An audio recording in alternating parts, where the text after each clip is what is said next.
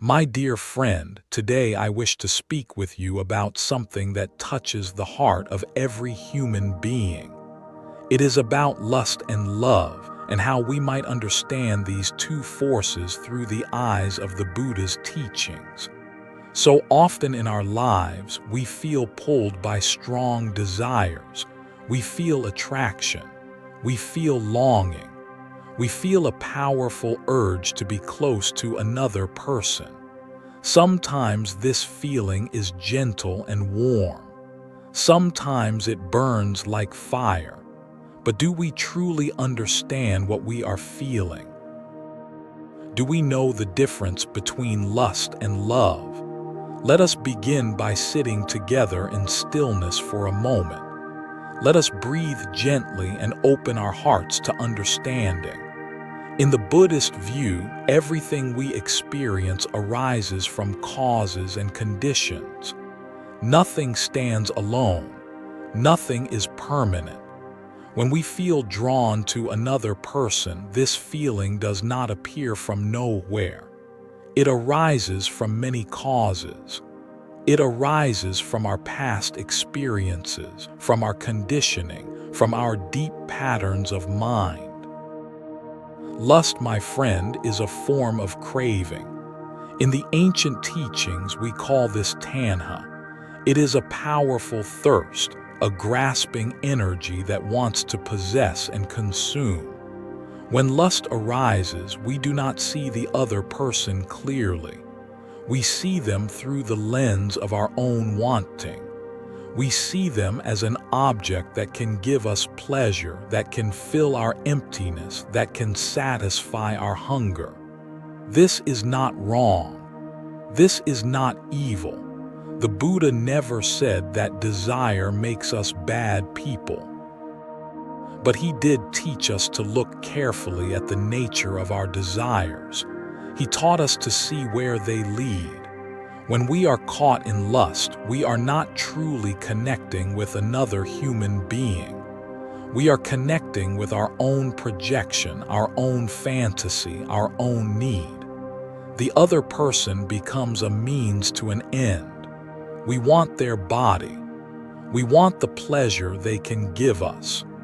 We want the validation they can provide. We want to feel attractive, to feel desired, to feel alive through their attention. But notice, my friend, how much of this is about me.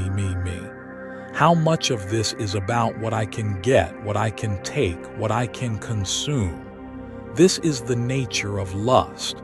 It circles endlessly around the self. And because lust is rooted in craving, it brings suffering. This is the second noble truth that the Buddha taught. Craving leads to dukkha, to dissatisfaction, to suffering. When we grasp at pleasure, we inevitably experience pain. Think about this carefully. When we are driven by lust, we are never truly satisfied. The pleasure is intense, yes, but it is also fleeting. It fades quickly. And then we want more. We want the next experience, the next encounter, the next moment of intensity. We become like someone drinking salt water to quench their thirst. The more we drink, the thirstier we become.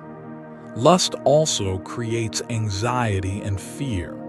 We fear losing the object of our desire. We become possessive, jealous, controlling. We fear that someone else might take what we want. We fear that the other person might reject us, might leave us, might choose another. All of this is suffering. And beneath all of this craving and clinging, there is often a deep sense of lack, a feeling of incompleteness. We believe that if only we can have this person, if only we can possess them, if only they will love us, then we will finally be whole. Then we will finally be happy. Then we will finally be enough. But my friend, this is a delusion. This is a fundamental misunderstanding of the nature of happiness. True happiness, true peace, does not come from external things.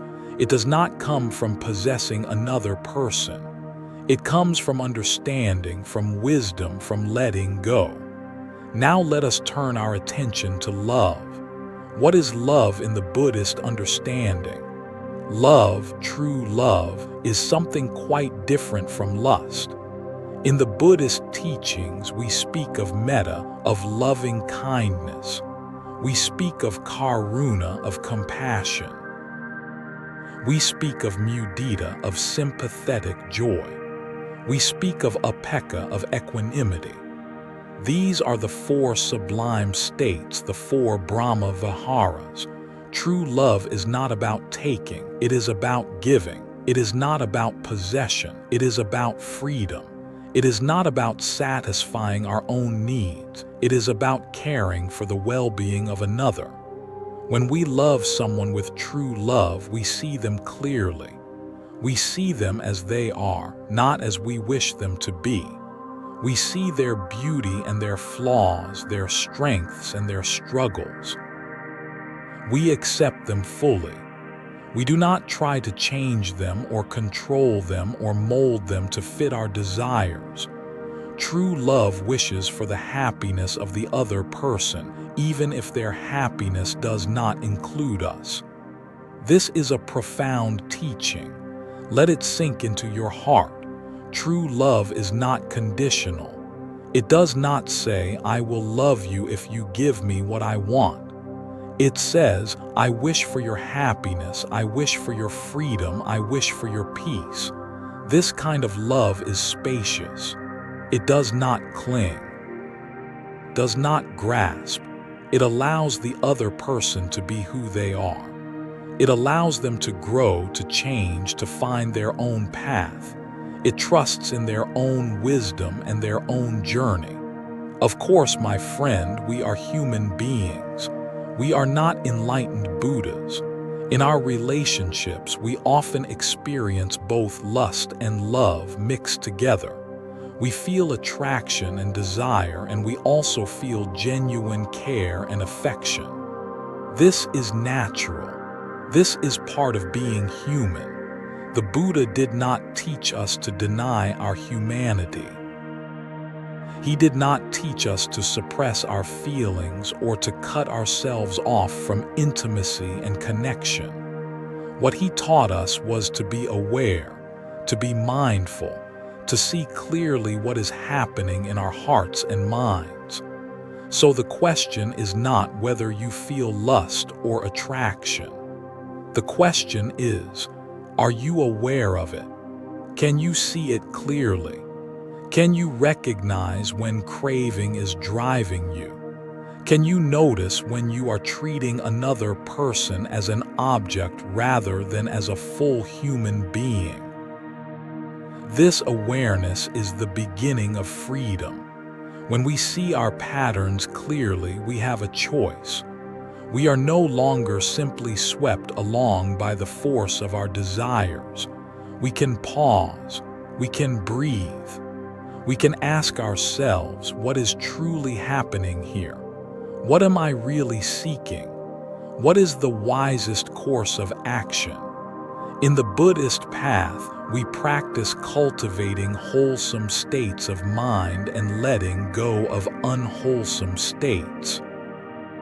Lust, when it leads to harm, when it leads to exploitation, when it leads to dishonesty or betrayal, is considered unwholesome. It creates suffering for ourselves and others. Love, when it is genuine and pure, when it is free from selfish grasping, when it truly wishes for the happiness and freedom of others, is considered wholesome. It creates peace and happiness. It reduces suffering. But we must be honest with ourselves. We must look carefully at our motivations. Sometimes what we call love is actually just disguised attachment. Sometimes what we call love is possessiveness, jealousy, neediness. Sometimes we say, "I love you," but what we really mean is, "I need you. I want you to make me happy. I cannot bear to lose you. The Buddha taught us about attachment, about upadana.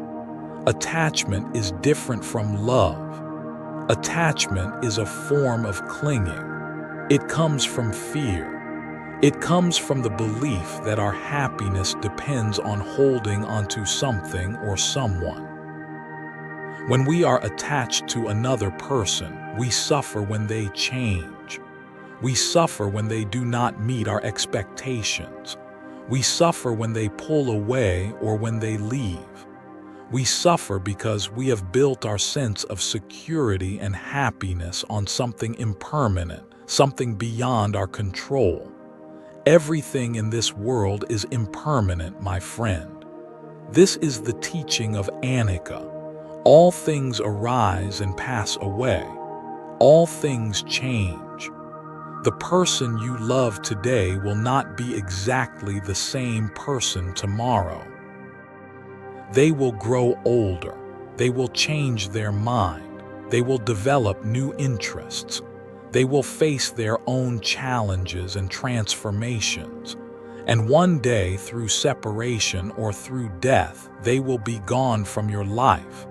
This is not a pessimistic teaching. This is simply the truth of existence. And when we accept this truth, when we really allow it to penetrate our hearts, we can begin to love differently. We can begin to love with open hands rather than closed fists. Imagine holding a beautiful bird. If you grip it tightly, if you squeeze it in your fear of losing it, you will harm it. You might even kill it. But if you hold it gently, if you allow it to rest in your open palm, it can be with you freely.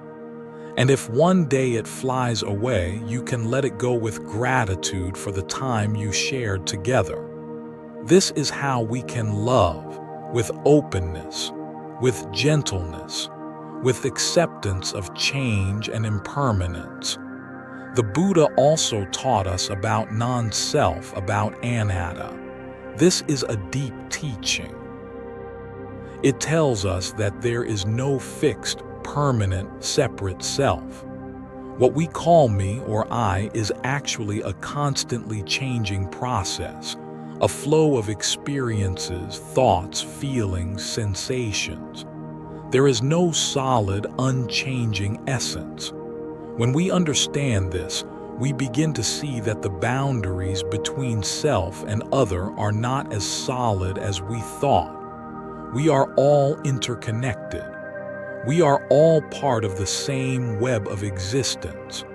Your happiness and my happiness are not separate things.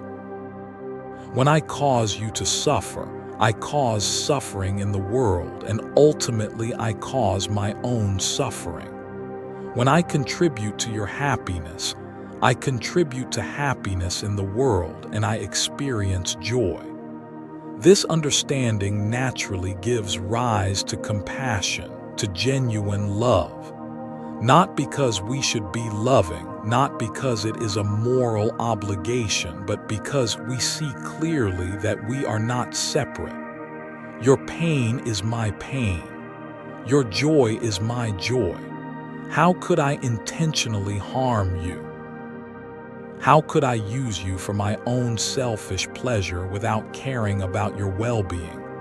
So in a relationship rooted in true love, there is mutual respect, there is mutual care, there is a genuine wish for each other's happiness and growth. There is honesty and kindness. There is patience and forgiveness, but there is also freedom. This is very important. True love does not imprison. It does not suffocate. It allows space. It allows each person to be themselves, to pursue their own path, to find their own truth. Many people are afraid of this kind of love. They are afraid that if they do not hold on tightly, if they do not control or possess the other person, they will lose them. But this fear itself creates suffering. This fear itself pushes people away. When we can love without fear, when we can love with trust and openness, something beautiful happens.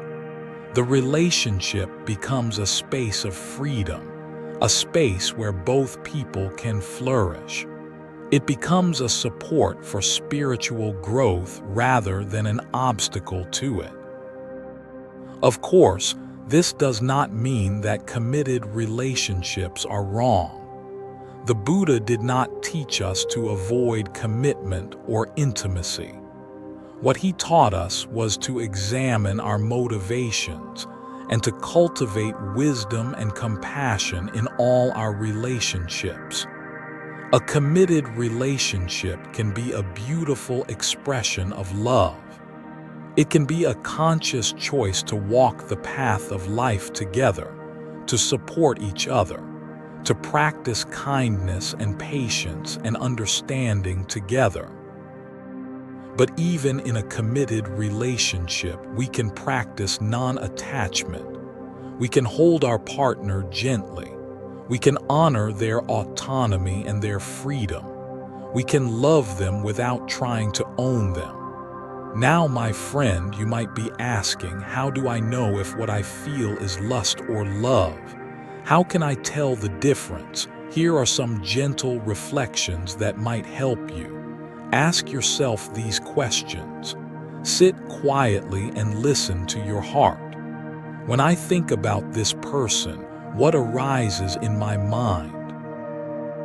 Am I thinking mostly about how they make me feel? Am I thinking about the pleasure they give me?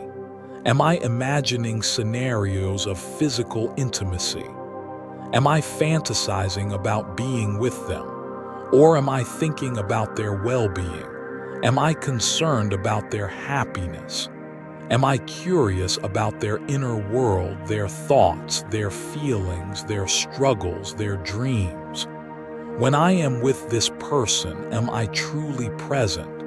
Am I listening to them deeply? Am I interested in understanding them? Or am I mostly thinking about myself, about how I appear, about whether they find me attractive, about when we might be intimate? How do I feel when this person talks about their own interests, their own friends, their own life apart from me? Do I feel threatened?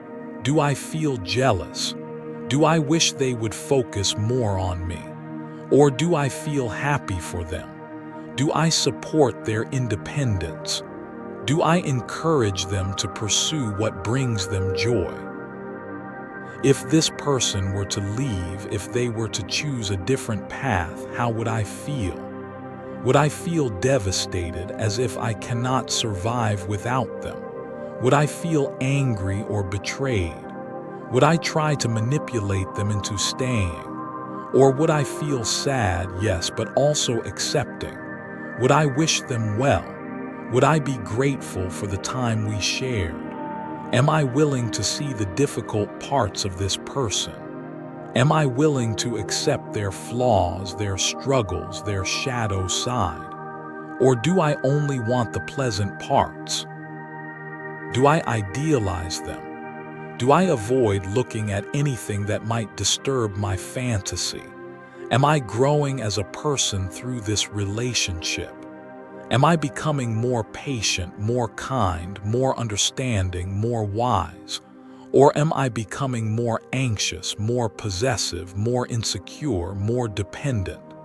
These questions are not meant to judge you, my friend. They are meant to help you see more clearly. They are meant to shine the light of awareness into your heart. And remember, whatever you discover, it is okay. You are human. You are on a journey. We all experience lust. We all experience selfish desires. This does not make us bad. It makes us honest students of our own minds. The path of the Buddha is not about becoming perfect. It is about becoming aware. It is about seeing clearly. It is about choosing moment by moment to move in the direction of wisdom and compassion. If you notice that lust is strong in you, simply acknowledge it. Oh, there is lust. There is craving. There is wanting. Do not judge yourself harshly. Do not try to force it away. Just see it, be with it, understand it. And in that seeing, in that understanding, there is already the beginning of transformation. You might also practice some of the traditional Buddhist contemplations. You might reflect on impermanence.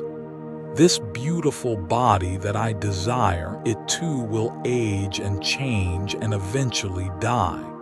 Everything is temporary. Everything is in flux. You might reflect on the nature of the body. The body is made of skin, flesh, bones, organs, fluids. When we strip away the glamour, when we see it clearly, it is simply a natural biological organism. This is not to make the body ugly or disgusting. It is simply to see it as it is without the overlay of fantasy and projection. You might also cultivate loving kindness, metta, toward yourself and toward the person you desire. May I be happy. May I be peaceful. May I be free from suffering. May you be happy. May you be peaceful. May you be free from suffering. This practice gently shifts our energy from taking to giving, from grasping to offering. And you might practice mindfulness in your daily interactions. When you are with someone you feel attracted to, notice what is happening in your body. Notice the sensations. Notice the thoughts. Notice the emotions. Do not judge them. Do not push them away. Simply be aware. This awareness creates a little space, a little gap between the stimulus and the response. And in that gap there is freedom.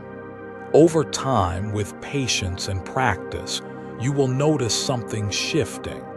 The grip of lust begins to loosen.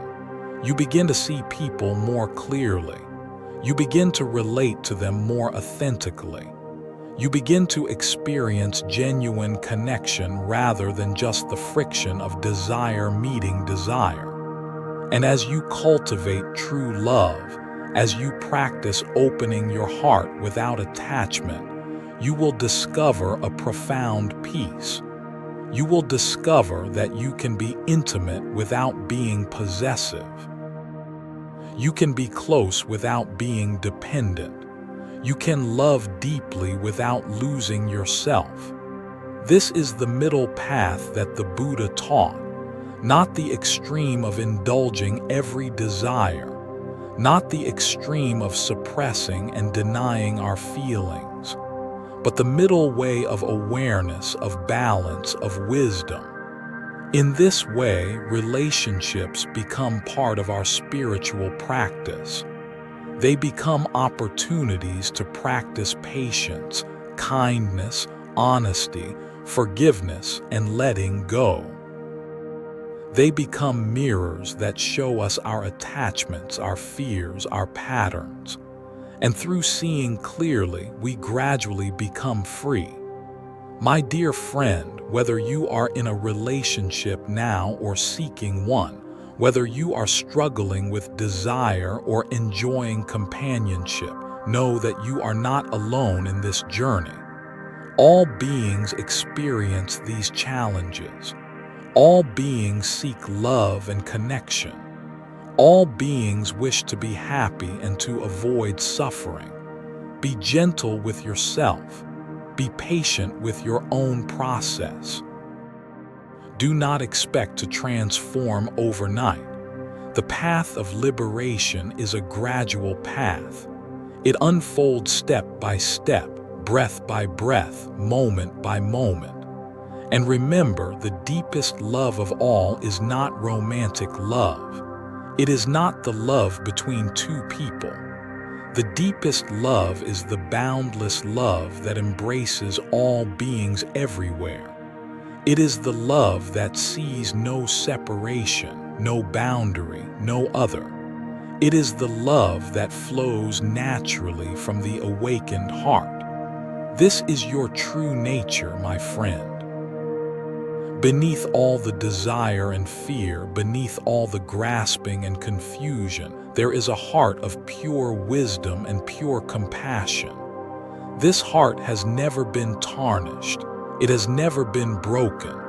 It is always there, waiting to be discovered. As you walk your path, as you navigate the waters of lust and love, keep turning inward. Keep asking, who am I really? What is this life truly about? What brings lasting peace and happiness? The answers will come, not from outside, but from within. They will come from your own deep seeing, your own wisdom, your own compassionate heart. May you be free from suffering. May you be free from attachment. May you know the peace of loving with an open heart. May you walk the path with courage and wisdom. May all beings everywhere know true love and true freedom. Namo Buddhaya.